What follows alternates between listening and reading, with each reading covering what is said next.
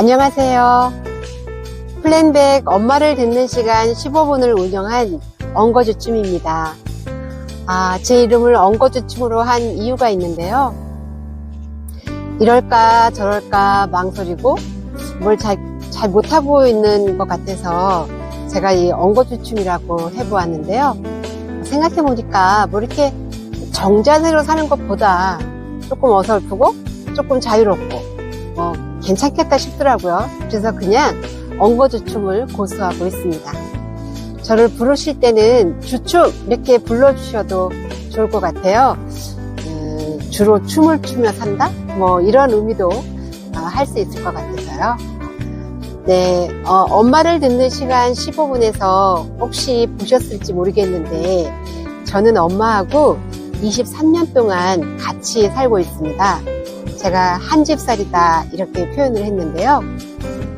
처음에 제 연년생으로 아기를 키우다 보니까 혼자 아이 키우는 게 너무 어렵고 또 그땐 일도 굉장히 맹렬하게 하고 있던 시절이라 엄마한테 1년만 저랑 저 아기도 봐주시고 일도 같이 좀 하시자 이렇게 해서 모시고 왔어요. 그런데 그 1년이 23년이 되었습니다.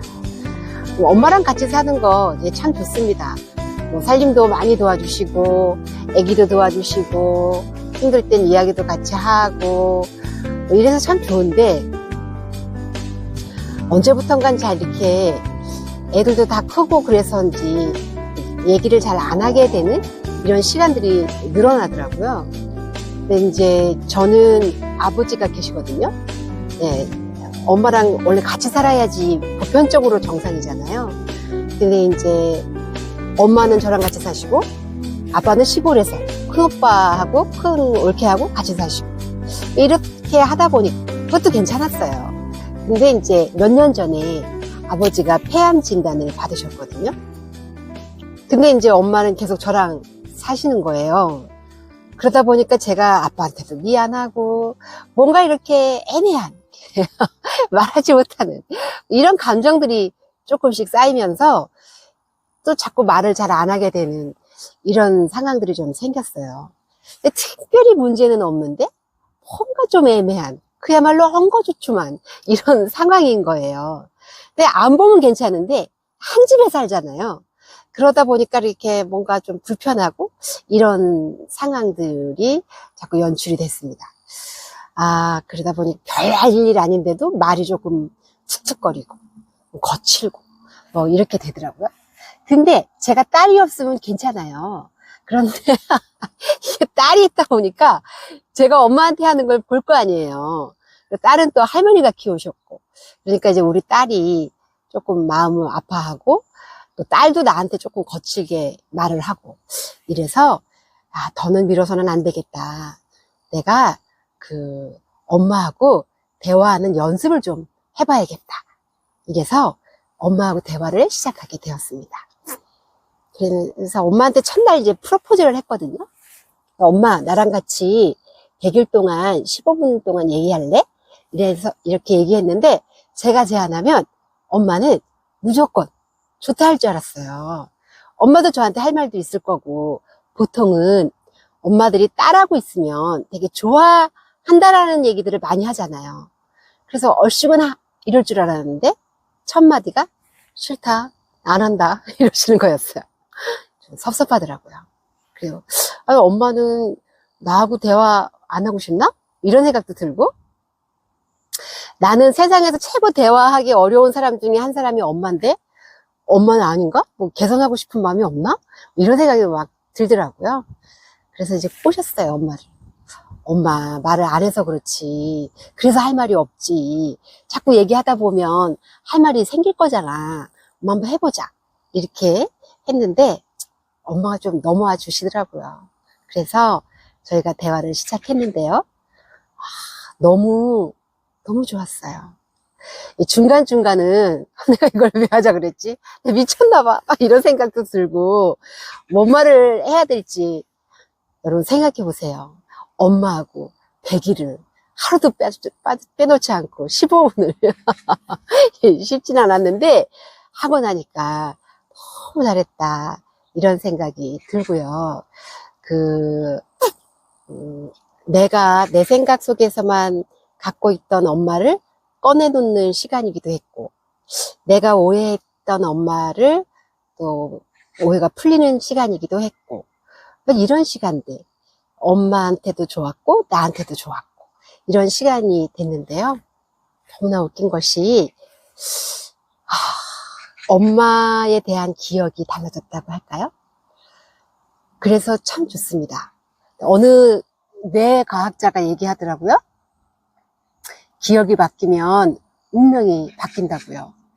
저게 뭔 말이지 싶었는데 제가 기억을 바꿔보니까 엄마하고의 기억을 바꾸니까 엄마에 대한 감정이 달라져요. 엄마에 대한 감정이 달라지니까 제 말투가 달라져요. 감정이 달라지니까 제 행동이 달라지는 거예요. 행동이 달라지니까 아, 운명이 바뀌겠다. 이게 인정이 되더라고요. 그래서 요즘은 엄마하고 아주 대단히 편안합니다. 옛날엔 약간 불편한 감정이 있다 보니까 엄마를 안는다거나 하는 행동이 어색하고 안 나왔거든요.